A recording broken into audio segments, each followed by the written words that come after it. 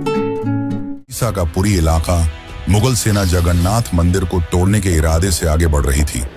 घोड़े सर पर दौड़ रहे थे, तलवारें चमक रही थीं, लेकिन जैसे ही सेना मुख्य गर्भगृह की ओर बढ़ी, एक अजीब सा तूफान उठा। सूरज की रोशनी अचानक गायब हो गई और चारों ओर अंधकार छा गया। फिर सैनिकों ने देखा कि मंदिर के अंदर से तेज रोशनी आ रही है और रोशनी के साथ एक भयानक और डरावनी चीज उनके पास आ रही है। यह दृश्य इतना भयानक था कि कई सैनिक वहीं पर बेहोश हो गए और जो बच गए वो ऐसे भागे मानो उनके सामने मौत खड़ी हो। अब आप सोचिए कि क्या यह सिर्फ एक ऐतिहासिक घटना थी या फिर सच में भगवान जगन्नाथ ने अपने धाम की रक्षा की। पुरी का जगन्नाथ मंदिर एक ऐसा स्थान जो सिर्फ भक्ति का केंद्र नहीं बल्कि अनगिनत रहस्यों की चुप दुनिया है। क्या आपने कभी सोचा है कि क्यों इस मंदिर का ध्वज हमेशा हवा के विपरीत दिशा में उड़ता है और क्यों मंदिर के ऊपर लगे सुदर्शन चक्र हर दिशा से ऐसा लगता है मानो आपको ही देख रहा हो।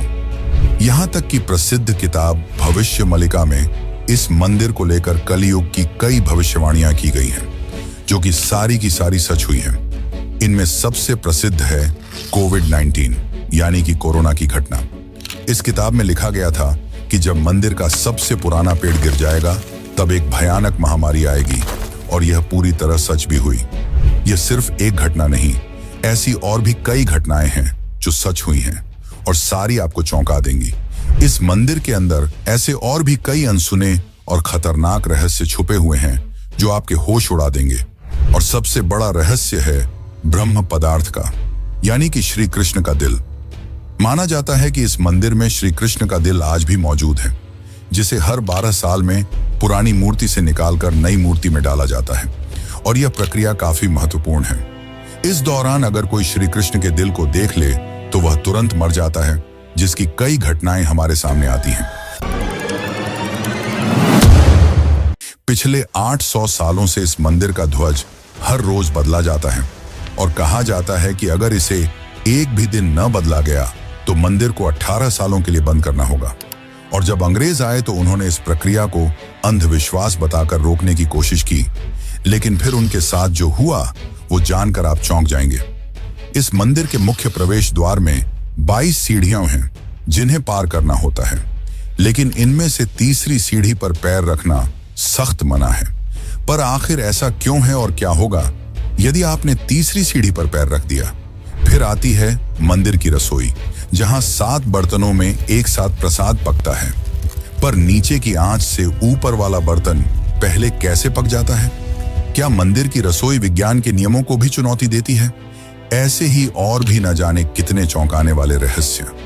ये सिर्फ एक मंदिर नहीं, ये एक ऐसा तीर्थ है जहां धर्म, विज्ञान, वास्तु और चमत्कार चारों एक साथ खड़े हैं, जहां श्रद्धा सिर्फ पूजा नहीं बल्कि रहस्यों से सामना करने की तैयारी है।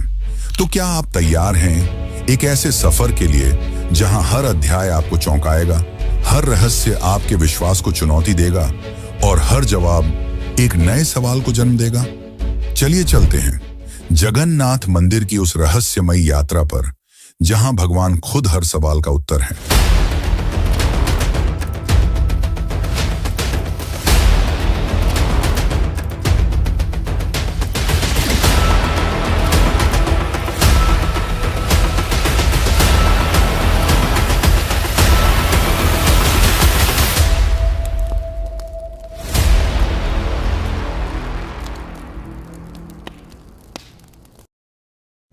जून 2015 रात को घड़ी में 12 बजते ही पूरी शहर की बिजली काट दी गई। ये कोई साधारण बिजली कटौती नहीं थी। इस बिजली कटौती का कारण था मंदिर के गर्भगृह में चल रही विचित्र घटना। मंदिर के मुख्य पुजारी इस अंधेरी रात में अपनी आंखों पर पट्टी बांधे और हाथ में एक मोटा दस्ताना पहने हुए अपने हाथों पर एक दिव्य पदार्थ लेकर भगवान की मूर्ति की ओर बढ़ रहे थे। यह कुछ और नहीं, श्री कृष्ण का दिल था, जिसे ब्रह्म पदार्थ भी कहा जाता है। ठीक 12 साल बाद यह प्रक्रिया आज मंदिर में फिर दोहराई जा रही थी, जहां भगवान जगन्नाथ की पुरानी मूर्ति से उनके दिल को निकालकर नई मूर्ति में लगाया जाता है। ये होता है भगवान के शरीर को बदलने का, लेकिन आत्मा को यथावत रखने का अनुष्ठान। माना जाता है कि यह मंदिर दुनिया का एकमात्र मंदिर है जहां भगवान आज भी जीवित रूप में बसते हैं, और जब उनका शरीर पुराना हो जाता है तो ठीक उसी तरह नया शरीर दिया जाता है जैसे कोई आत्मा नया जन्म लेती है। कहते हैं इस ब्रह्म तत्व को आज तक किसी ने नहीं देखा, और जिसने भी देखने की कोशिश की वो जिंदा नहीं बचा। नवकलेवर की रात जब पुरानी मूर्तियों से ब्रह्म तत्व निकालकर नई मूर्तियों में डाला जाता है, पुरी में कर्फ्यू जैसा माहौल बना दिया जाता है। पूरे शहर की बिजली काट दी जाती है, मंदिर को घोर अंधेरे में बंद कर दिया जाता है। मंदिर के अंदर होते हैं सिर्फ विशुद्ध ब्राह्मण, जिनका खानदान सदियों से यही कार्य करता आया है। उनकी आंखों पर पट्टी बांधी जाती है और हाथों पर मोटे दस्ताने पहनाए जाते हैं ताकि वे ना देख सकें और ना ही महसूस कर सकें कि ब्रह्म पदार्थ है क्या। जब यह प्रक्रिया होती है तब मंदिर की सुरक्षा सीआरपीएफ के जवान करते हैं और किसी भी व्यक्ति का मंदिर के अंदर जाना सख्त मना होता है। जब 2015 में यह अनुष्ठान हुआ था तब एक पांडे ने उस ब्रह्म तत्व को हाथ लगा दिया था, जिसके बाद वह तुरंत ही बेहोश हो गया, और जब आंख खुली तो वह मानसिक रूप से पूरी तरह अस्थिर हो गया था। तो सवाल उठता है, ब्रह्म तत्व आखिर है क्या? क्या यह कोई दिव्य ऊर्जा है? क्या यह सिर्फ विश्वास है, या सच में कोई ऐसा अविनाशी पदार्थ मौजूद है जो युगों से युगों तक जीवित है? माना जाता है कि यह ब्रह्म पदार्थ काफी ज्यादा शक्तिशाली है, जिससे लगातार दिव्य ऊर्जा निकलती रहती है और हमेशा हल्का सा कंपन महसूस होता रहता है। प्रसिद्ध इंडियन आर्कियोलॉजिस्ट प्रवीण मोहन के हिसाब से श्री कृष्ण सिर्फ एक इंसान नहीं बल्कि एक सुप्रीम बीइंग थे। उनके मुताबिक ब्रह्म पदार्थ, जिसे कृष्ण का दिल भी कहा जाता है, वह असल में एक आर्क रिएक्टर है, यानी कि एक ऐसा डिवाइस जो भयंकर स्तर की ऊर्जा उत्पन्न करता है। उन्होंने यह तक बताया कि क्यों जगन्नाथ की मूर्तियों को लकड़ी से बनाया जाता है। उनके अनुसार लकड़ी बिजली को कंडक्ट नहीं करती, जिस कारण वह ब्रह्म पदार्थ से निकलने वाली इलेक्ट्रोमैग्नेटिक एनर्जी को रोक लेती है। वैसे तो माना जाता है आज तक इसे किसी ने नहीं देखा है, पर आज से करीब 50 साल पहले एक व्यक्ति ने दावा किया था कि उसने इस हृदय को देखा है। उसने कहा कि हृदय चांदी की तरह तरल बह रहा था और यही तरल लकड़ी को कमजोर कर देता है, जिस कारण हर 12 साल में मूर्तियों को बदलना पड़ता है। उस व्यक्ति ने यह तक कहा कि जब उस हृदय को प्रकाश में लाया गया तो वह चक्र की तरह घूमने लगा और जोर से कंपन करने लगा, यानी कि जब इस ब्रह्म पदार्थ को रोशनी मिलती है तो यह और भी ज्यादा सक्रिय हो जाता है, जो कि खतरनाक साबित हो सकता है। जिस कारण हर बार जब इसे पुरानी मूर्ति से नई मूर्ति में बदला जाता है तब पूरी शहर की बिजली काट दी जाती है। विज्ञान के लिए आज भी यह एक चौंकाने वाला रहस्य है जिसे कोई समझ नहीं पाया, लेकिन भक्तों के लिए यह उनके श्री कृष्ण हैं, उनका दिल है, जिस कारण हर दिन लाखों की तादाद में भक्त भगवान जगन्नाथ के दर्शन करने आते हैं। वैसे क्या आपको पता है कि जब श्री कृष्ण की मृत्यु हुई तब पांडवों ने उनके शरीर को जला दिया था, पर फिर कैसे उनका हृदय बच गया और वह पुरी तक कैसे पहुंचा? और इस भव्य मंदिर की रचना किसने की? आखिर कौन था जिसने बड़ी ही चमत्कारी तरीके से भगवान जगन्नाथ की मूर्ति बनाई? तो चलिए जानते हैं अब इस रहस्यमयी और रोचक घटना को, जो आपको इंटरनेट और किताबों में नहीं देखने को मिलेगी। लेकिन उससे पहले अगर आपको वीडियो अच्छी लग रही है तो इसे लाइक करके कमेंट में जय जगन्नाथ जरूर लिखें। आज से करीब 5000 साल पहले महाभारत युद्ध के पश्चात चारों तरफ केवल लाशें ही पड़ी थीं। लाखों पड़े शव और कौरवों के विनाश ने सबको झकझोर दिया। कौरवों की माता गांधारी ने इस विनाश का कारण श्री कृष्ण को बताया। उनके हिसाब से अगर श्री कृष्ण चाहते तो यह युद्ध होता ही नहीं, पर उन्होंने ऐसा नहीं किया, जिसके कारण क्रोधित होकर गांधारी ने कृष्ण को श्राप दिया, गिना, जिस प्रकार मेरे वंश का विनाश हुआ है ठीक उसी प्रकार तुम्हारे भी वंश का विनाश हो जाएगा।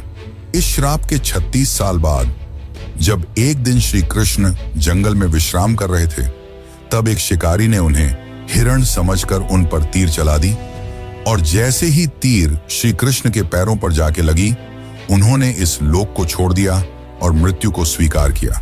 और माना जाता है कि उनके मृत्यु के साथ ही पूरी द्वारका नगरी पानी में समा गई, जिससे उनका पूरा वंश समाप्त हो गया। माना जाता है कि जब शिकारी ने उन्हें गलती से मारा तो उसे बहुत पछतावा हुआ और उसने श्री कृष्ण से माफी मांगी, पर श्री कृष्ण ने बताया कि ये मेरे ही कर्मों का फल है। उन्होंने समझाते हुए कहा कि पिछले जन्म में तुम महान वानर राजा बाली थे, जिसे मैंने ही राम अवतार में छल से मार दिया था, और उसी कारण आज तुम मेरे मृत्यु का कारण बने। माना जाता है कि जब श्री कृष्ण की मृत्यु की खबर पांडवों को मिली तो उन्होंने पूरे रीति रिवाज से श्री कृष्ण का अंतिम संस्कार किया, और जब उनके शरीर को जलाया गया तो उनका पूरा शरीर पंच तत्वों में विलीन हो गया, परंतु उनका हृदय बच गया और जलने की बजाय और भी अधिक ऊर्जा से धड़कने लगा। इसी हृदय को बाद में ब्रह्म पदार्थ कहा गया। अर्जुन ने इस हृदय को लकड़ी के मंच पर रखकर नदी में बहा दिया। काफी लंबे समय तक बहने के बाद यह ब्रह्म पदार्थ उड़ीसा के समुद्र तट पर पहुंचा। उस समय उस तट पर सबरा जनजाति समुदाय के लोग रहा करते थे। उस जनजाति के मुखिया विश्ववसु ने जब इस ब्रह्म पदार्थ को देखा तो वे इसकी ऊर्जा और दिव्य प्रकाश से प्रभावित हो गए। उन्होंने तुरंत ही पहचान लिया कि यह भगवान के ही रूप हैं, और उन्होंने इसे नील माधव के रूप में पूजना शुरू कर दिया। उसी समय मालवा के राज्य में राजा इंद्रद्युम्न राज्य किया करते थे। वे भगवान विष्णु के काफी बड़े भक्त थे। एक दिन उन्होंने नील माधव के दर्शन करने की इच्छा व्यक्त की और उन्हें ढूंढने लगे, और यही आगे चलकर जगन्नाथ के निर्माण की आधारशिला बनी। जैसा कि मैंने बताया, राजा इंद्रद्युम्न विष्णु के परम भक्त थे, और एक रात स्वयं भगवान विष्णु उनके सपने में आए और उन्हें कहा कि वे उनकी दिव्य मूर्ति नील माधव को ढूंढें और उनके लिए एक भव्य मंदिर का निर्माण करें। श्री हरि विष्णु ने उन्हें यह भी बताया कि यह ब्रह्म पदार्थ उन्हें नीलांचल पर्वत में मिलेगा, जिसके पश्चात राजा ने अपने ब्राह्मण पुजारी विद्यापति को आदेश दिया कि वह इस मूर्ति को ढूंढ निकाले। विद्यापति कई दिनों तक नीलांचल पर्वत के अलग हिस्सों में इसकी तलाश करते रहे, और तब जाकर अंत में उन्हें पता चला कि इस मूर्ति को आदिवासी मुखिया विश्ववसु ने एक गुफा में छुपा कर रखा है, और वे दिव्य रूप से उसकी पूजा करते हैं। जब विद्यापति ने इसके दर्शन करने की अनुमति मांगी, तब विश्ववसु ने यह कहकर मना कर दिया कि यह उनके जाति का निजी मामला है। जिसके बाद विद्यापति ने चालाकी दिखाई और विश्ववसु की पुत्री ललिता से विवाह कर लिया। अब विद्यापति ने ललिता की मदद से विश्ववसु को मनाया और वे उस गुफा की ओर चल पड़े। जैसे ही विद्यापति ने उस नील माधव की मूर्ति को देखा, वे उसकी ऊर्जा से काफी ज्यादा प्रभावित हुए और उन्होंने तुरंत ही यह बात राजा इंद्रद्युम्न को बताई। लेकिन जब राजा इंद्रद्युम्न वहां पहुंचे, तब तक विश्ववसु ने वह मूर्ति वहां से हटा दी थी, जिससे राजा काफी उदास हो गए और अपने महल लौट आए। इसके बाद फिर से रात में भगवान विष्णु उनके सपने में आए और कहा कि पुरी के तट पर एक बड़ा नीम का पेड़ बहकर आएगा, तुम उस पेड़ से मेरी नई मूर्ति बनाना। वह पेड़ काफी बड़ा था, जिसे उठाना आसान नहीं था। आखिर में जैसे तैसे वे पेड़ को महल तक ला पाए, लेकिन अब सवाल यह था कि इनसे भगवान की मूर्ति कौन बनाएगा। बहुत से कारीगरों ने इस पेड़ से मूर्ति बनाने की कोशिश की, लेकिन सब असफल रहे। उन्होंने कहा कि पेड़ इतना ज्यादा मजबूत है कि हमारे छैनी हथौड़ी का उस पर कोई असर नहीं हो रहा। यह सुनकर राजा काफी परेशान हो गए। तभी एक दिन भगवान विश्वकर्मा एक बूढ़े साधु के रूप में वहां पधारे और उन्होंने कहा कि वे ये मूर्ति 21 दिनों में बनाकर देंगे। राजा काफी प्रसन्न हुए, पर उस बूढ़े आदमी ने एक शर्त रखी। उसने कहा कि मैं एक कमरे में बंद रहकर 21 दिनों में यह मूर्ति बनाऊंगा, और तब तक कोई भी इस कमरे का न तो दरवाजा खोलेगा और न ही कोई अंदर आएगा। राजा ने उसकी यह शर्त स्वीकार की और फिर मूर्ति बनाने का कार्य शुरू हुआ। दरवाजा बंद किया गया और कक्ष से छैनी हथौड़ी की आवाजें आने लगीं। लेकिन 15 दिनों बाद अचानक से छैनी हथौड़ी की आवाज आना बंद हो गई। महाराज की रानी गुंडीचा काफी चिंतित हो गईं और महाराज को कहा कि हमें दरवाजा खोलकर देखना चाहिए। शायद वह वृद्ध व्यक्ति भूख और प्यास की वजह से मर तो नहीं गया होगा। राजा ने शुरुआत में तो मना किया, पर बाद में वे इसके लिए मान गए और दरवाजा खोल दिया। लेकिन जब दरवाजा खुला तो सभी हैरान रह गए। वह वृद्ध व्यक्ति गायब हो चुका था और पीछे केवल 3 अधूरी मूर्तियां थीं। राजा को यह देखकर काफी दुख हुआ, क्योंकि उनकी शर्त तोड़ने की वजह से भगवान की मूर्तियां आधी रह गईं। जगन्नाथ भगवान के हाथ और पैर अधूरे थे। बलराम और देवी सुभद्रा की मूर्तियां भी अधूरी थीं। जब राजा मूर्ति के पास गए तब उन्हें दिल की धड़कन महसूस हुई और मूर्ति के अंदर से एक दिव्य आवाज आई, जिसने राजा को बताया कि श्री कृष्ण का हृदय इस मूर्ति के अंदर है। राजा ने इन मूर्तियों को स्थापित किया और आज यही अधूरी मूर्तियां भगवान जगन्नाथ के रूप में पुरी में पूजी जाती हैं। वैसे दोस्तों, आपको एक बात बता दूं, जो हो रहा है वह पहले ही लिखा जा चुका है और जो लिखा गया है वही होकर रहेगा। ये कोई फिल्मी डायलॉग नहीं, बल्कि पुरी के भक्तों की आस्था और सच्चाई है भविष्य मालिका की। तो चलिए जानते हैं उन भविष्य मालिका की घटनाओं को जो आज सच साबित हो रही हैं। मित्रों, इस मंदिर का इतिहास और वर्तमान एक भविष्यवाणी से जुड़ा हुआ है। भविष्य मालिका एक दिव्य ग्रंथ है जिसे लगभग 500 साल पहले ओडिशा के महान संत आचार्य महाप्रभु अच्युतानंद ने लिखा था। कहा जाता है कि वे पंचसखा यानी भगवान जगन्नाथ के 5 दिव्य सेवकों में से एक थे, जिन्होंने भगवान के आदेश पर कलयुग की कई घटनाओं को पहले ही देख लिया था। यह ग्रंथ ओडिया भाषा में लिखा गया है और इसकी पंक्तियां कविता के रूप में हैं, जैसे किसी गूढ़ रहस्य का संकेत दे रही हूं। आइए हम आपको बताते हैं भविष्य मालिका की कुछ चौंकाने वाली भविष्यवाणियां जो जगन्नाथ मंदिर और कलयुग के अंत से जुड़ी हुई हैं। इस ग्रंथ की सबसे चौंकाने वाली भविष्यवाणी 4 साल पहले काफी ज्यादा वायरल हुई थी, जब लोगों ने दावा किया कि इसमें कोरोना महामारी का वर्णन भी है। नाना रोग आसीबा, गोटे बड़ा व्याधि, लोका घरे रहीबे, बाहर कुना जीबा, अर्थात अनेकों रोग आएंगे, एक बड़ा रोग फैलेगा, लोग घरों में बंद रहेंगे, बाहर नहीं निकल पाएंगे। अब ये पंक्तियां किसी भी सामान्य रीडर को 2020 की कोविड-19 महामारी की याद दिला देती हैं। पुरी और ओडिशा में कई संतों और विद्वानों ने इसे भविष्य मालिका की सटीक भविष्यवाणी माना। इस किताब की एक और बात, इसमें जिक्र किया गया है कि मंदिर परिसर के ऊपर जो कपड़ा है उसमें आग लगने की घटना का उल्लेख मिलता है। कुछ साल पहले पहली बार त्रिदेव के वस्त्र में आग लगी थी। इस घटना के बाद कलयुग के अंत के बारे में एक बार फिर से बातें होने लगी। कहते हैं कि पापनाश एकादशी के दिन जगन्नाथपुरी मंदिर में एक अखंड महादीप जलाया गया था, लेकिन अचानक तेज हवा चली और झंडा उड़कर दीपक के ऊपर चला गया, जिससे मंदिर के झंडे में आग लग गई। यह घटना 19 मार्च 2020 को हुई थी। कहा जाता है कि दूसरे मंदिरों की तरह जगन्नाथ मंदिर के गुंबद पर कभी कोई पक्षी नहीं बैठता और ना ही इस पर कोई प्लेन या हेलीकॉप्टर उड़ता है, लेकिन जुलाई 2020 के बाद से मंदिर के गुंबद पर गिद्ध, चील और बाज को देखा गया था। ये पक्षी मंदिर के गुंबद, स्तंभ और नील चक्र पर भी बैठे थे। ऐसे में दुनिया के महाविनाश की भविष्यवाणी एक बार फिर से चर्चा में आ गई थी। भविष्य मालिका के अनुसार जब कलयुग का अंत करीब होगा तो भगवान जगन्नाथ मंदिर का नील चक्र यानी सुदर्शन चक्र तूफान से टेढ़ा हो जाएगा। मई 2019 में समुद्री तूफान फानी के कारण यह विशालकाय चक्र टेढ़ा हो गया था। ऐसे ही और भी कई भविष्यवाणियां हैं जो सच हो चुकी हैं और कई प्रसिद्ध भविष्यवाणियां हैं जो आने वाले को लेकर की गई हैं। 3 रथ यात्राएं एक साथ रुकेंगी, नदियां उल्टी दिशा में बहेंगी, ब्रह्म तत्व मंदिर से गायब हो जाएगा और फिर में अंत में आएंगे भगवान के आखिरी अवतार कल की।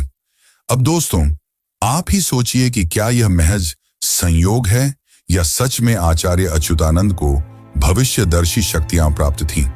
अगर उन्होंने आज से सैकड़ों साल पहले ऐसी बातें लिख दी जो अब सच हो रही हैं, तो क्या हमें उनकी बाकी भविष्यवाणियों को भी गंभीरता से लेना चाहिए? भविष्य मालिका कोई साधारण ग्रंथ नहीं, बल्कि वो कायनात का रोडमैप है जिसे बस समझने की जरूरत है। वैसे आपकी जानकारी के लिए बता दूं कि सन 1558 में मुगल सेना ने मंदिर को तोड़ने की कोशिश की। फिर उनके साथ जो हुआ वो चौंकाने वाला था और इस घटना को पहले ही भविष्य मालिका में लिख दिया गया था। और साथ ही भविष्य मालिका में अंग्रेजों को लेकर भी यह कहा गया था कि गोरे आएंगे और मंदिर को बंद कराने की कोशिश करेंगे। तो चलिए अब जानते हैं कि जब मुगल सेना ने मंदिर पर आक्रमण किया तो क्या हुआ और कैसे ब्रिटिशर्स ने भक्तों की श्रद्धा को अंधविश्वास बताकर मंदिर को बंद करने की कोशिश की। लेकिन उड़ीसा के पुरी इलाके में घना अंधकार छाया हुआ था, पर वो अंधकार आसमान में नहीं, लोगों के मन में था। क्योंकि इस बार कोई साधारण लुटेरा नहीं, मुगल सेना खुद मंदिर को गिराने के इरादे से आ रही थी। कला पहाड़ नाम का अफगान जनरल, जो तब बंगाल का गवर्नर था, उसकी क्रूरता इतनी बदनाम थी कि उसका नाम सुनकर ही लोग कांप उठते थे। कहा जाता है कि वो सनातन धर्म और मंदिरों से विशेष नफरत रखता था। उस दिन उसकी फौज पूरी ताकत के साथ पुरी की ओर बढ़ी। घोड़े सर पर दौड़ रहे थे, तलवारें लहराई जा रही थीं और मंदिर की शांति में एक भयंकर आंधी की आहट आने लगी। जैसे ही सैनिक मुख्य गर्भगृह की ओर बढ़े, अचानक मौसम बदल गया। तेज हवाएं चलने लगीं, आकाश काला पड़ गया, सूरज की रोशनी एकदम गायब हो गई और मंदिर के चारों ओर एक रहस्यमयी घना अंधेरा छा गया। मंदिर के भीतर से एक चमकती हुई रोशनी निकली, जो किसी इंसान की नहीं थी। ये रोशनी जैसे ही बाहर आई, पूरा मैदान एकाएक शांत हो गया। सैनिकों में अफरा तफरी मच गई, कुछ बेहोश हो गए, कुछ उल्टा भागने लगे। बिना एक भी तलवार चले कला पहाड़ की पूरी फौज पीछे हट गई। आज भी पुरी की लोक कथाओं में यह कथा सुनाई जाती है कि जब भगवान की मर्यादा पर वार होता है तो वो खुद प्रकट होकर अपने धाम की रक्षा करते हैं। अब दूसरी घटना की बात करते हैं, जो है अंग्रेजों का विरोध और रथ यात्रा का संघर्ष। जब 1803 में अंग्रेजों ने पुरी पर कब्जा किया, तब उन्होंने कई प्राचीन मंदिरों की संपत्तियों और अधिकारों को छीन लिया।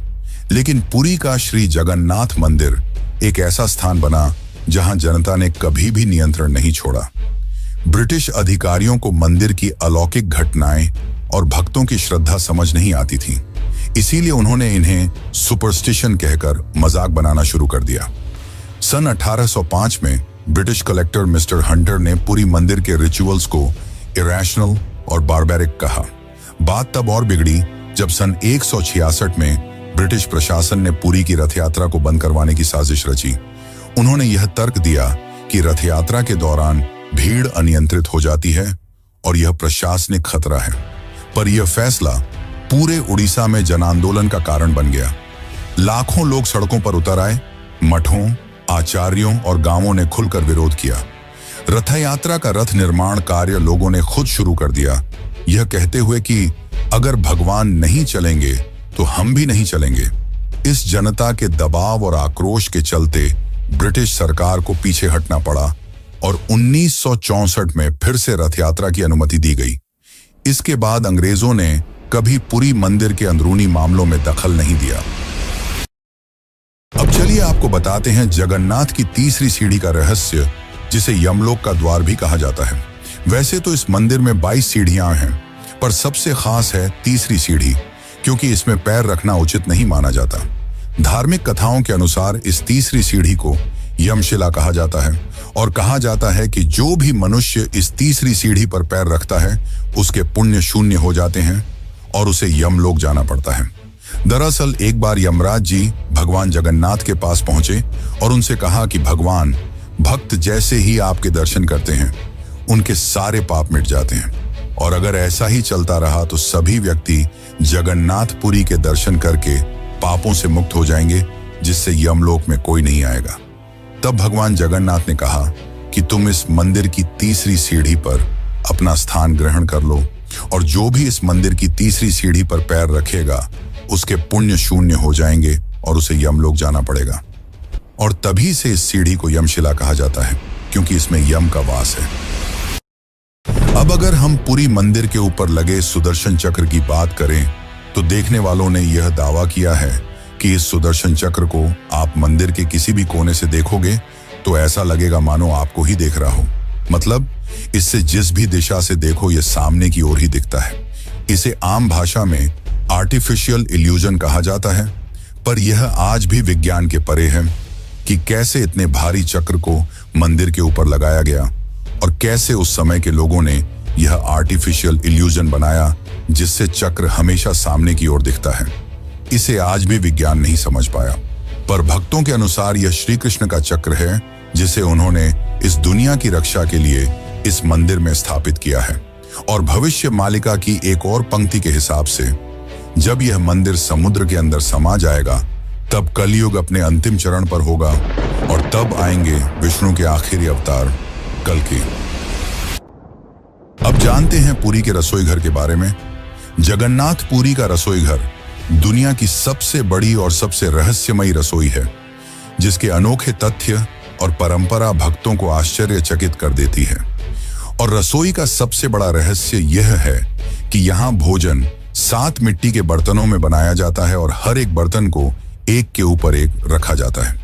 और स्वाभाविक है कि सबसे नीचे के बर्तन में ज्यादा आंच आ रही है तो उसे सबसे पहले पकना चाहिए, लेकिन पुरी में ऐसा नहीं होता। ये चौंकाने वाली बात है कि 7 बर्तनों में जो सबसे ऊपर होता है उसका खाना पहले पकता है, जो विज्ञान के सारे तथ्यों को गलत साबित करता है। यहाँ भोजन बनाने का कार्य केवल सेवायत ब्राह्मणों द्वारा किया जाता है और किसी भी बाहरी व्यक्ति को इसमें प्रवेश की अनुमति नहीं होती। इस पवित्र रसोई में किसी प्रकार के आधुनिक ईंधन या गैस का उपयोग नहीं किया जाता, बल्कि केवल लकड़ी के चूल्हे पर पारंपरिक विधि से प्रसाद बनाया जाता है। पूरी मंदिर में रोजाना लगभग 50,000 से 2 लाख लोगों तक को महाप्रसाद बांटा जाता है। लेकिन चमत्कार देखो, कभी भी खाना बर्बाद नहीं होता और कभी भी कम नहीं पड़ता। मान्यता है कि मां लक्ष्मी स्वयं प्रतिदिन रसोई में आती हैं और रसोई के सेवकों को अंतः प्रेरणा देती हैं कि आज कितनों के लिए प्रसाद तैयार करना है। ये सिर्फ परंपरा नहीं, सदियों से चलती लीला है जिसे आज तक कोई इंसानी गणित नहीं समझ पाया। एक और चौंकाने वाली बात तो यह है कि इतने बड़े किचन में जहां 500 से ज्यादा रसोइये और सेवक काम करते हैं, जहां हर दिन सैकड़ों क्विंटल अनाज, सब्जियां और मसाले इस्तेमाल होते हैं, वहां न कोई बदबू होती है न ही कोई मक्खी। कहा जाता है कि यह अग्निदेव और माता लक्ष्मी की कृपा है जो इस रसोई को हर प्रकार की अशुद्धि से दूर रखती है। 18वीं सदी में मराठा शासनकाल के दौरान एक बार एक अधिकारी ने रसोई के चमत्कार को अंधविश्वास बताते हुए जानबूझकर बर्तनों की संख्या बदलने का आदेश दिया। लेकिन इसके बावजूद उस दिन भी पुरी में महाप्रसाद एकदम सटीक बना, न एक दाना कम न एक दाना ज्यादा। इसके बाद अधिकारी ने रसोई में दोबारा हस्तक्षेप न करने की कसम खा ली। वैसे तो दोस्तों, ऐसे और भी कई चौंकाने वाले रहस्य हैं, पर उन्हें एक ही वीडियो में बता पाना नामुमकिन है। इसलिए चलिए चलते हैं आखिरी अध्याय की ओर। लेकिन उससे पहले, अगर आपको यह डॉक्यूमेंट्री अच्छी लग रही है तो कमेंट में जय जगन्नाथ जरूर लिखें। कभी कभी जीवन में कुछ चीजें ऐसी होती हैं जिन्हें न तर्क से समझा जा सकता है और न ही विज्ञान से परखा जा सकता है। पुरी के श्री जगन्नाथ मंदिर का हर पत्थर, हर कोना हमें एक ऐसी दुनिया में ले जाता है जहां भक्ति और बुद्धि, विज्ञान और विश्वास, संघर्ष और समाधान सब एक साथ चलते हैं। जगन्नाथ केवल भगवान नहीं, एक चेतना है जो हमें यह सिखाते हैं कि जब विज्ञान चुप हो जाए तो श्रद्धा बोलती है। तो अब सवाल यह है, क्या ये सब केवल संयोग है या कहीं ना कहीं कोई ऐसी शक्ति है जो इन सबको संचालित कर रही है? आप क्या मानते हैं? क्या आपने कभी इन रहस्यों को खुद महसूस किया है? अगर हाँ, तो ये वीडियो सिर्फ जानकारी नहीं बल्कि आपकी अपनी यात्रा है, श्रद्धा से रहस्य तक। और ऐसी ही एक यात्रा है केदारनाथ धाम की, जो जगन्नाथ की तरह ही 4 धामों में से एक है। और अगर आप केदारनाथ धाम की यात्रा पर चलना चाहते हैं तो यह वीडियो जरूर देखें। धन्यवाद।